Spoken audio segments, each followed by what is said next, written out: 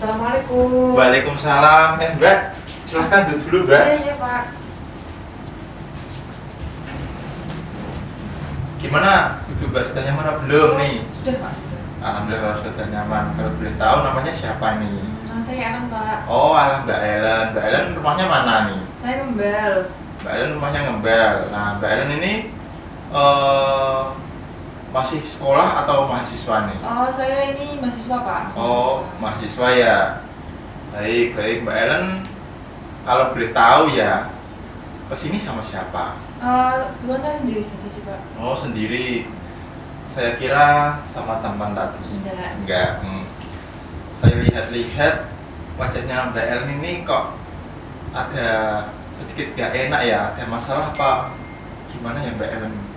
Kok saya lihat tadi kok murung, sedih. Coba ceritakan aja kepada Bapak dan Bapak akan menjaga penuh masalah-masalah yang sedang dialami dengan Mbak Ellen dengan asas kerahasiaan ini, yang dimana nanti Bapak tidak akan membocorkan semua masalah-masalah dari Mbak Ellen kecuali atas perizinan Mbak Ellen. Gitu ya Mbak Ellen? Iya, Pak. Jadi gimana Mbak Ellen? Gini sih, sebenarnya tuh ini masalahnya tuh sepele, tapi ya nggak sepele juga lah, Pak. Jadi memang saya tuh baru saja dikecewakan sama sosok laki-laki lah, dikatakan mantan saya gitu, Pak. Awalnya saya sudah menaruh kepercayaan kan sama dia, tapi ya gimana Pak, pada akhirnya saya kan juga ditinggalkan. Tapi sebelumnya itu dia tuh kayak meyakinkan saya, Pak. Dia meyakinkan saya bahwa dia akan terus baik-baik saja dengan saya. Namun apa, Pak, di pertengahan jalan itu dia optimis, terus entah saya kurang tahu sejelasnya bagaimana dia meninggalkan saya tidak tahu, Pak. Tapi tiba-tiba aja saya tuh kayak merasa nggak ada apa-apa awalnya. Kok malah dia sikap berubah, dingin kayak gitu, Pak. Terus pada akhirnya dia memutuskan hubungan untuk tidak lanjut lagi. Dimana disitu hati saya sangat kacau, Pak. Hati saya sangat kacau, hati saya sangat hancur, remuk. Ya begitulah, Pak ya. Jadi saya benar-benar berpikir bahwa saya itu harus percaya lagi sama laki-laki nggak sih, kayak gitu loh, Pak. Apakah masih ada laki-laki yang bisa saya percaya lagi gitu loh, Pak. Padahal yang kemarin-kemarin itu kayak gagal terus gitu loh, Pak, dari pengalaman saya. Ya gitu loh, Pak. Jadi saya nggak mau lagi untuk saat-saat ini bertemu dengan lelaki, apa maksudnya hubungan lebih dekat dengan lelaki itu saya untuk menutup diri dulu, Pak. Karena itu saya nggak mau lagi saya tersakiti gitu, Pak. Jadi saya nggak mau aja gitu lah, Pak. Pokoknya aku nggak mau membuka hubungan baru sama laki-laki. Oh begitu ya Mbak Ellen ceritanya.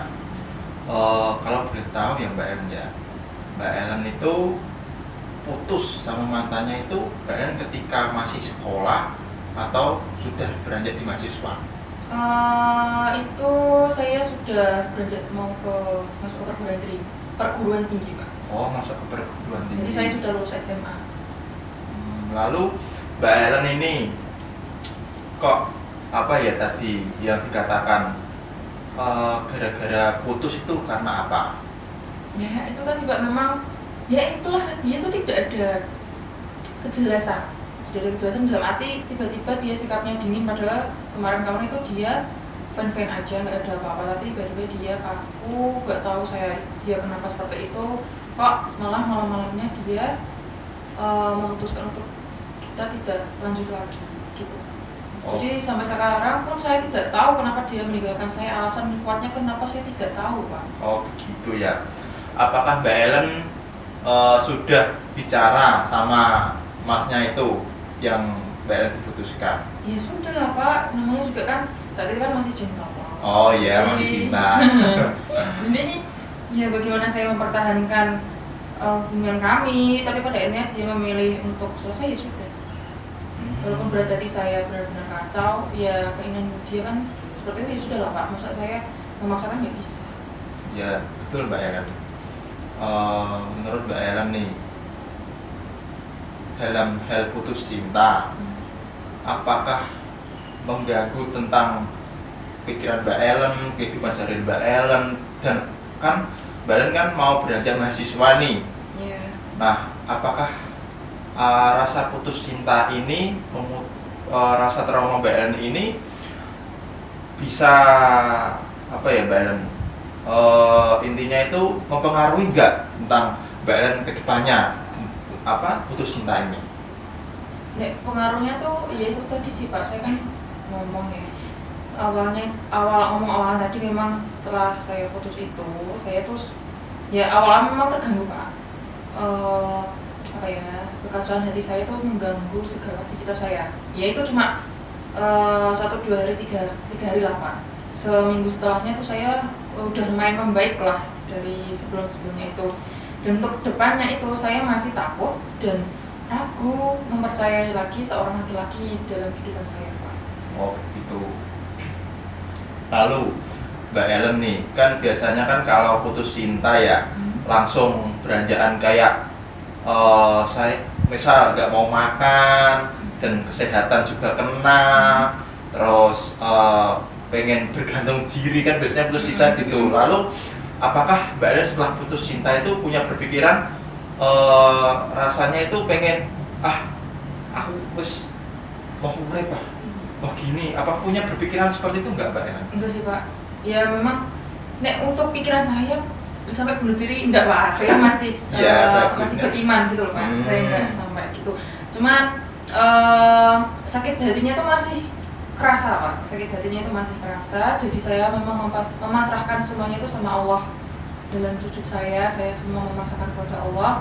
Saya minta perlindungan lebih sama Allah agar saya ditemukan oleh laki-laki berikutnya yang lebih baik dari dia. Walaupun saat ini memang saya belum siap, tapi kan kita pasti pada saatnya kan berpasangan ya Pak. Dan saya pun walaupun saya saat ini belum mempercayai, bukan berarti saya tidak mau menikah ke depannya, tapi saya butuh waktu dulu untuk mengatur situasi dan kondisi hati saya gitu loh Pak. Oh gitu. Ini Mbak Ellen semisal ya, kalau ada sosok orang baru lagi nih mencintai Mbak Ellen secara diam-diam, sedangkan Mbak Ellen ini baru putus. Nah, apa yang diambil tindakan Mbak Ellen kalau melihat si laki-laki ini suka sama Mbak Ellen? Apakah langsung diterima, apakah dilihat-lihat dulu orangnya, atau gimana Mbak Ellen? Lebih pasnya sih saya pertama memang nggak mau menerima dia dulu Pak. Ya. Kedua, saya mau melihat dia sejauh mana benar-benar dia mencintai saya atau menyayangi saya. Ketiga, seberapa keseriusan dia dan tujuan apa dia untuk mendekati saya. Saya itu perhatiin di situ Pak. Ya Mbak Ellen. Bagus Mbak Ellen kalau gitu Mbak Ellen ya. Nah, ini Mbak Ellen. Lalu nih, pelampiasan Mbak Ellen setelah putus cinta itu apa? Pelampiasannya entah membantu orang tua, entah pelampiasannya traveling, healing, sama ngobrol-ngobrol sama teman-teman, entah teman-teman SMP, teman-teman SMA, apa pelampiasannya setelah putus cinta? Apa nangis di kamar? Awalnya memang nangis Pak, tapi lama-lama saya pikir malah tambah stres kan Pak ya. Jadi saya mengajak teman-teman saya untuk healing, tapi saya tidak mengobrolkan konteks putus Pak. Saya cuma ingin, jadi saya pengen jalan-jalan aja gitu Pak, tanpa saya harus menceritakan saya baru gini enggak. Tapi saya mengajak teman-teman saya yang bisa, ayo kita jalan-jalan healing, oke ayo. Untuk apa? Untuk saya bisa melupakan masalah itu. Jadi saya memang kalau ada bapak memang sukanya jalan-jalan Pak. Walaupun naik motor keliling-keliling atau melihat-lihat suasana baru, orang-orang pada lalu lalang lewat kayak gitu loh Pak. Terus lihat-lihat atau apa yang rame lah gitu. Saya tuh kayak udah merasa senang gitu. Baik. Mbak Ellen, saat keseharian ini Mbak Ellen tuh kan biasanya kan kalau lagi pacaran nih ya Mbak, tanya-tanya kabar, terus jalan-jalan sama pacarnya. Nah, Mbak Ellen kegiatan sehari-harinya nih apa nih? Maksudnya dalam hal kegiatan pengganti, kan tadi kan traveling Mbak sama temen. Maksudnya ini di rumah lah. Kalau chat sepi itu kan biasanya kan WA kan atau handphone kan selalu bunyi kalau punya pacar. Iya, Nah, iya Pak, paham saya. Ya, saya menyibukkan diri di rumah ya belajar sih Pak. Waktu itu kan saya mau masuk kuliah kan. iya. Jadi saya memang benar-benar, ya udah kalau dia memang memutuskan untuk pergi ya biar pergi. Saya memang sedihnya boleh kan, tapi saya untuk atur saya diri sendiri tuh ya udahlah sedih hanya sesaat saja. Masa depan saya kan masih panjang gitu loh Pak. Apalagi di depan mata saya ini, saya mau memulai apa ya? Saya berpikir kalau masuk kuliah itu kan hal yang baru, hal yang lebih spesifik, lebih serius gitu loh Pak. Jadi saya memang lebih mementingkan untuk dunia kuliah sana. Ya, baik. Mbak Ellen, saya tahu apa perasaan Mbak Ellen yang dialami ya. Saya pernah dulu merasakan seperti Mbak Ellen. Ya. Nah, begitu dalam hal ini Mbak Ellen itu harus apa ya, nggak usah terburu-buru punya pacar. Kan kalau terburu-buru nanti dapetnya malah yang nggak baik gimana? Iya, itu Nah, Pak saya takut itu. Nah, jadi Badan itu fokuslah dalam saat ini aja.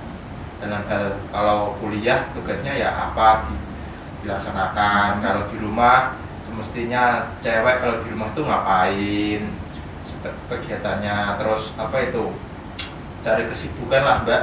Jangan ya intinya cari kesibukan aja. Dan tadi Mbak Ellen bilang fokus masa depan. Nah, gitu kan. Saya tahu Mbak Ellen kan ini cewek, pasti kan punya batasan, punya batasan umur gitu loh Mbak maksudnya. Oh iya, Nah, kalau cari pasangan itu harus diseleksi dulu lah omongannya Mbak Ellen tadi.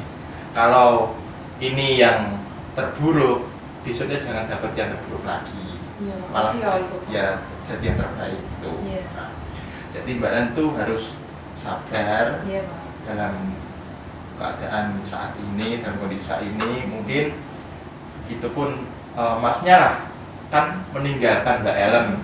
Suatu saat terjadi yang namanya itu cara wong Jawa itu gelo.